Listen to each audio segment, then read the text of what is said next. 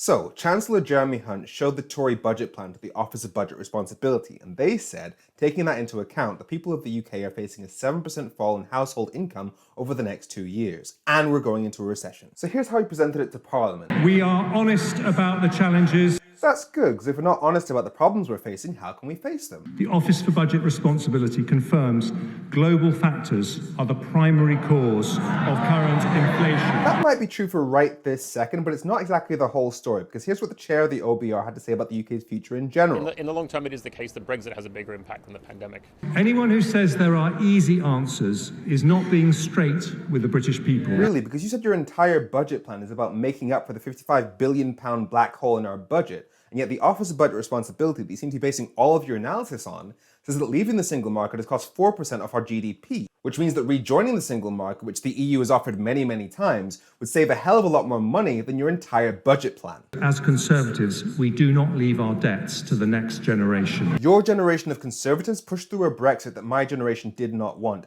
leaving us £100 billion poorer, which means that yes, you bloody well do. British families make sacrifices every day to live within their means, and so too must their governments. What? What sacrifices are you making? You guys took a £2,200 pay rise earlier this year. And to show that he's finally warming up to the idea of a windfall tax on energy companies... I have no objection to windfall taxes if they are genuinely about windfall profits caused by unexpected increases in energy prices. I mean, that's exactly what Labour has been saying for the last 11 months. And while making excuses for cutting foreign aid... The United Kingdom is and has always been a force for good in the world.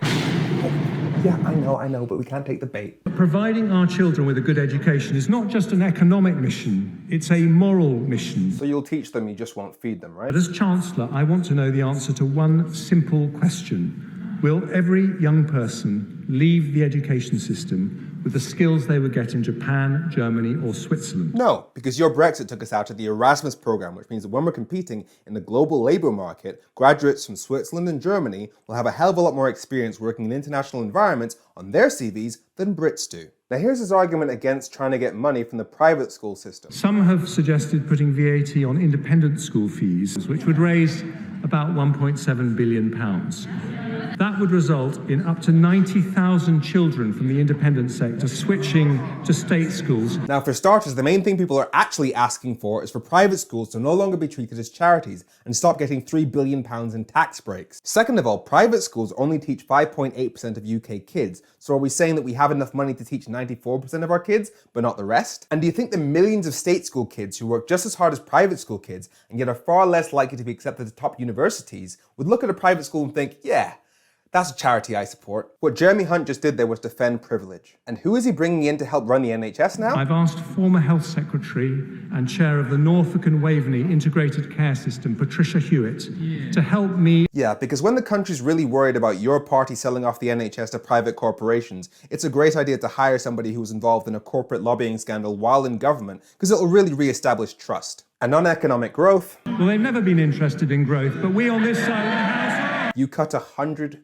billion of our economy. Using our Brexit freedoms, by the end of next year, we will decide and announce changes to EU regulations in our 5 growth industries. So you say you're doing this to help with growth, and you say you're basing all of your analysis on the Office of Budget Responsibility. Well, the Office of Budget Responsibility says that it's precisely the non-tariff barriers between the UK and the EU, i.e. the differences in regulations, that is taking 4% of our economic productivity, i.e. a reduction in growth by £100 billion. I mean, the Bank of England even said this yesterday. Because I look at a lot of firm level data, and the small firms are the ones that are most damaged because the cost of the paperwork and so forth is a barrier. And your answer to this is to create more differences in regulation between the UK and the EU. Are you okay, Jez? You see, you began this by saying... We are honest about the challenges. And yet you didn't mention the fact that the governmental body that you're basing all of your plans on says that your Brexit, the title of your manifesto, is causing utter devastation to our economy. We're now going into a recession and a very difficult time for the people of the UK. And everybody knows that there are global challenges. And as the captains of our ship, we know that you can't avoid all of them. But the passengers are gradually noticing that you are the ones who've been poking holes in the bottom of our boat.